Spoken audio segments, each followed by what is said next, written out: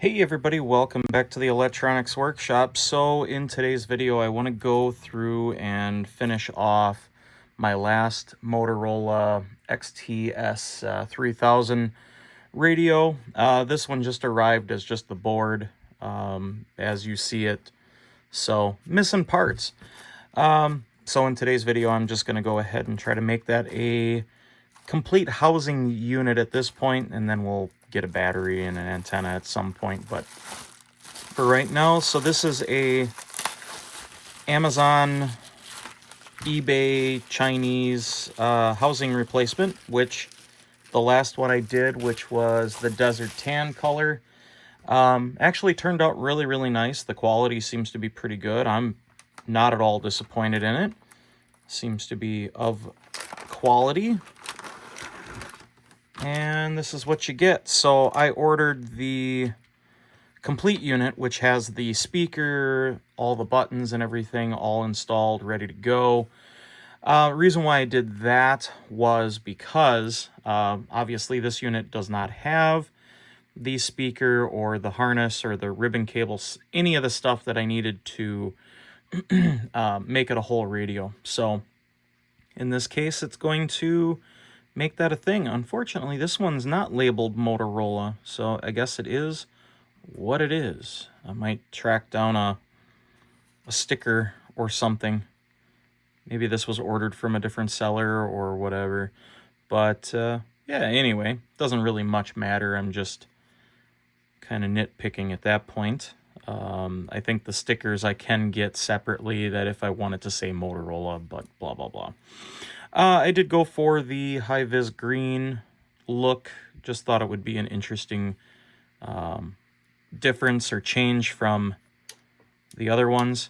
I will say I do like to put a little bit of a drop of some silicone lubricant in the O-ring portion of the volume. It is very stiff to turn, which is good because it means you don't accidentally bump it, but it does make it difficult to access. Everything's pre-installed on this one. We're just going to double check function. All seems well. I'm not too worried about it. That's a little floppy, but we'll see how it works once I get it in the housing and everything put together.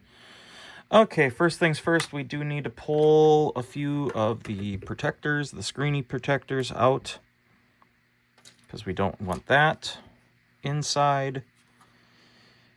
Doesn't appear to be anything else I need to worry about. So, oh yeah. Oh, there is one thing. We got to put this in. And let's just go ahead and make the ribbon cable connection to here. Get that done. As you can see, we're good there. And now,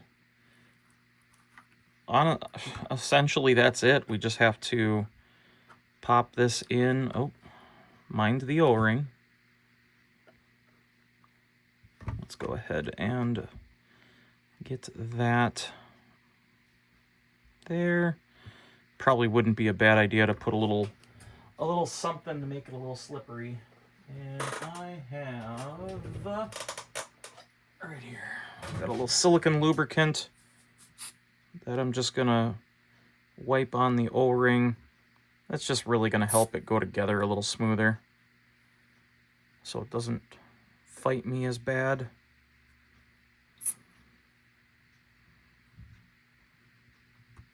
That should be plenty. Now we'll just tip it in.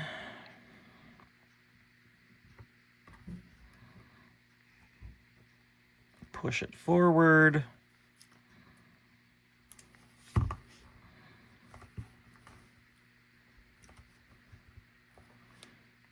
Yeah, that's all the way. Good deal. I do need to put a little bit on this back end because that's the one that's going to fight me, I believe. So we'll go ahead and do that.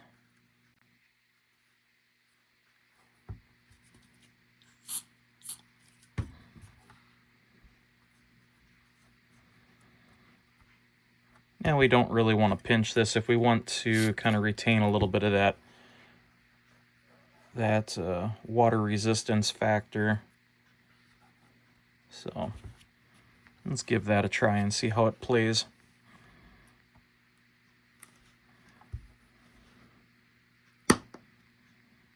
Okay.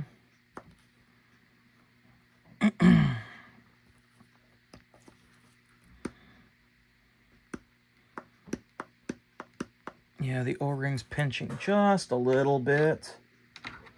Might have to persuade it into position just a tiny bit.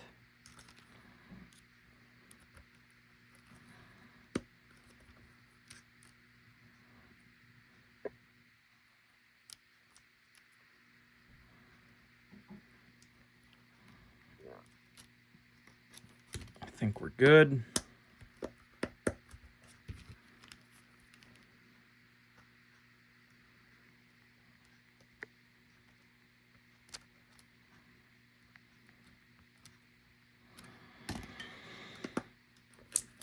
Oh, that O-ring is not jiving with this housing as much as I would like. But we'll just try to be somewhat careful, I think. It did already sort of cut it, but...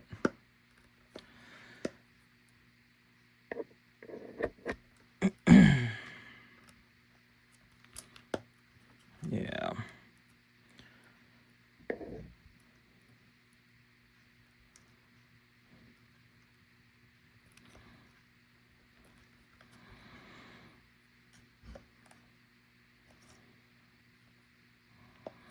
Let me see if I can do a little something that'll make that slightly better.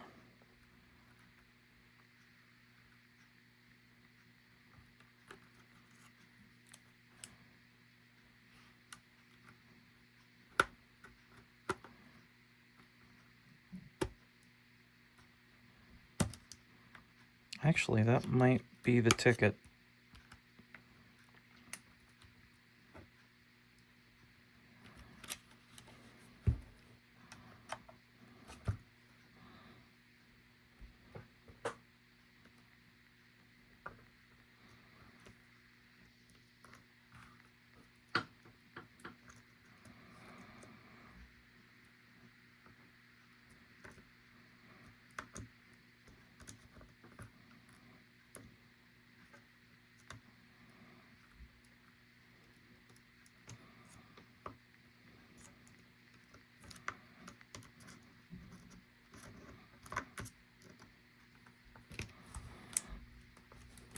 There we go. Got the O-ring to sit nicely. 2 clicks. It's fully secured. Look at that. I'm just curious if maybe they hid the sticker underneath the sticker. Probably not. No, they did not. I'm sure they did it probably because Motorola was getting all grumpy butt about somebody selling housings that aren't Motorola technically. It's probably the same housing, I'm not going to kid you. But yeah, nothing under it. I did see that there are some sticker kits that you can get for these that have the official Motorola things on it. I'm not going to put the cover on yet because I will program this. But let's go ahead and pop a battery and put an antenna on it and just see if everything powers on. So this is my radio that I did in a previous one. I did note that there was a little bit of a half crescent weird spot right there, and it does exist on this screen as well. So it's just kind of a manufacturing thing that they have that little imperfection at the top, but is it that big of a deal? I don't think so. But yeah, the sticker on this one has the Motorola stuff on it, as well as the Astro fun things, and then Motorola on the back. So kind of wish that this housing would have that, but for whatever reason, they did not. I need to probably peel this off and do a better adhesive because they tend to peel easily. So that's a thing. But let's go ahead and pop this battery off so I can test that.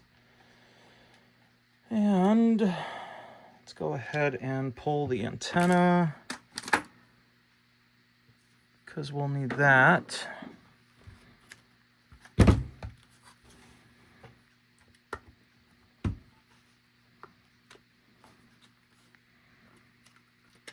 Okay. And this is a third-party battery as well, so looks pretty good.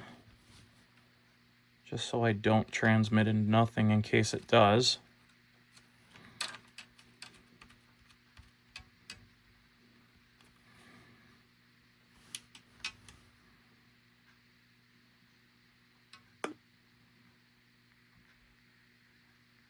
I heard the speaker.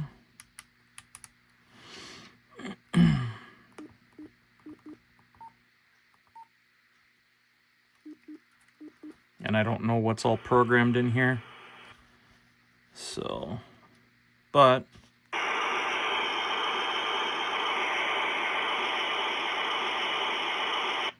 it does definitely work. Gets very loud. So I don't think we're gonna have any issues here. I don't know what's all programmed in it, so I'm gonna have to look at that. Not the highest quality on this top side. It's a little wobbly. Does the other one do that? No, the factory one is very tight. So this was the factory speaker, and buttons and everything was transferred over from the other housing. So definitely something to take note there. I don't think I had a factory housing, but I didn't have the other bits, and that's why I ordered the complete housing. But I'm pretty sure, yeah, if this was a factory housing, I'll just transfer the stickers from this one to that one. That'll save me a weirdo moment. So yeah, this is another factory housing. But as you can see, no parts. And because it's going to irritate me, I'm going to go ahead and move those stickers over. Why not?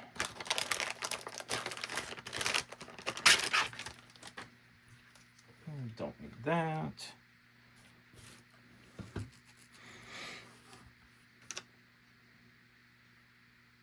That's broken. That's broken, so we'll throw it away. That's broken, we'll throw it away. Cover plate, this one's the new one. That's much cleaner, but we'll keep the other one anyway. So, yeah, the reason why this housing was replaced is the plastic was all hazed out like it had some chemical attack or something weird. But let's go and swap this goofy nonsense onto that goofy nonsense.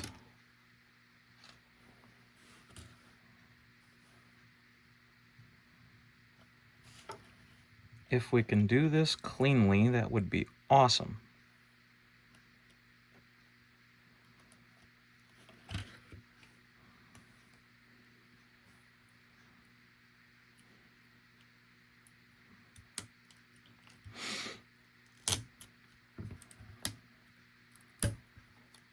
Okay, well, the gummy stuff stayed behind on this one, so, but the plaque seems to be in good shape, so I might just have to lay down a little bit of an adhesive to keep it down there, but I don't mind that at all.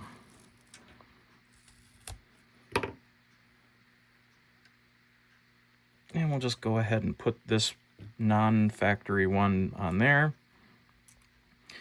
Oh, a little bit of a size difference. That's interesting. So there is a difference in the housings from factory to non-authentics. And there's a little curve to the sticker where this is flat. So there is your difference. So, all right, well, I'm not that worried about it. I can trim that one down at some point, but for now, this will be fine. Yeah, because that's all I'll do is I'll just measure this up, trim it, and then adhesive it in place. Get the gummy out from behind here so that it's not blocking the microphone port. But that can be done in the future. The Astro sticker can get pulled and put on. I think that's pretty much same.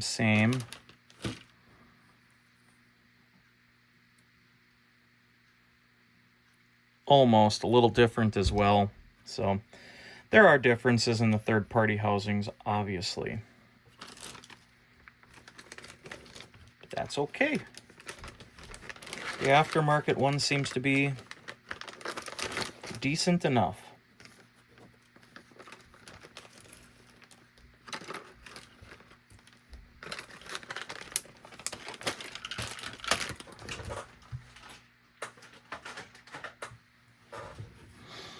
So overall, I think I'm quite pleased with this. It would have been nice if this would have also have had the same Motorola branded sticker treatment, but I understand why they didn't. That's most likely Motorola copyright. Can't get it, shouldn't own it, I don't know. Weirdness. I do kind of like the clear band on this one over the black. But again, not that big of a deal. All said and done, I do actually like this housing a little bit better for appearance. This one stands out like a sore thumb, and that's kind of the reason why I went that way. But the cover fits nice. So I think that is going to be a win. Easy enough to do the housing swaps on these XTS 3000s. I think the third-party option, if you have a beat-up housing or you have some, like in this case, I didn't have a complete radio. This makes a radio with a speaker and a housing and everything looks all complete, so I'm happy with it. This one I'll order a battery for. I might even get a factory type antenna for it. And I may hang on to it, I may get rid of it. I don't really need another XTS 3000 in my inventory, but it at least makes the radio usable at this point. So, hope you guys enjoy. We'll catch you in the next nerdy moment. It wasn't much, it was just me putting a radio in a housing. So, but hopefully this answers some questions for the folks that are interested in rehousing their radios or going through this process. Then you've got a pretty good idea of what you're getting into. And also the quality of the Chinese third-party housings. I think overall, they're well worth, if you want to go with these types of options. The price is pretty good. There's a little bit of variation in what you get. Some have the Motorola branded stickers, some don't. So you just got to keep that in mind. But we'll touch on this a little bit more in the future. I'm sure I'll get a battery and we'll do some third-party battery testing and see how they fare. And all right, I'm rambling. Everybody have a good one. Thanks for joining me in this nerdy moment, and come back for the next one. 7-3.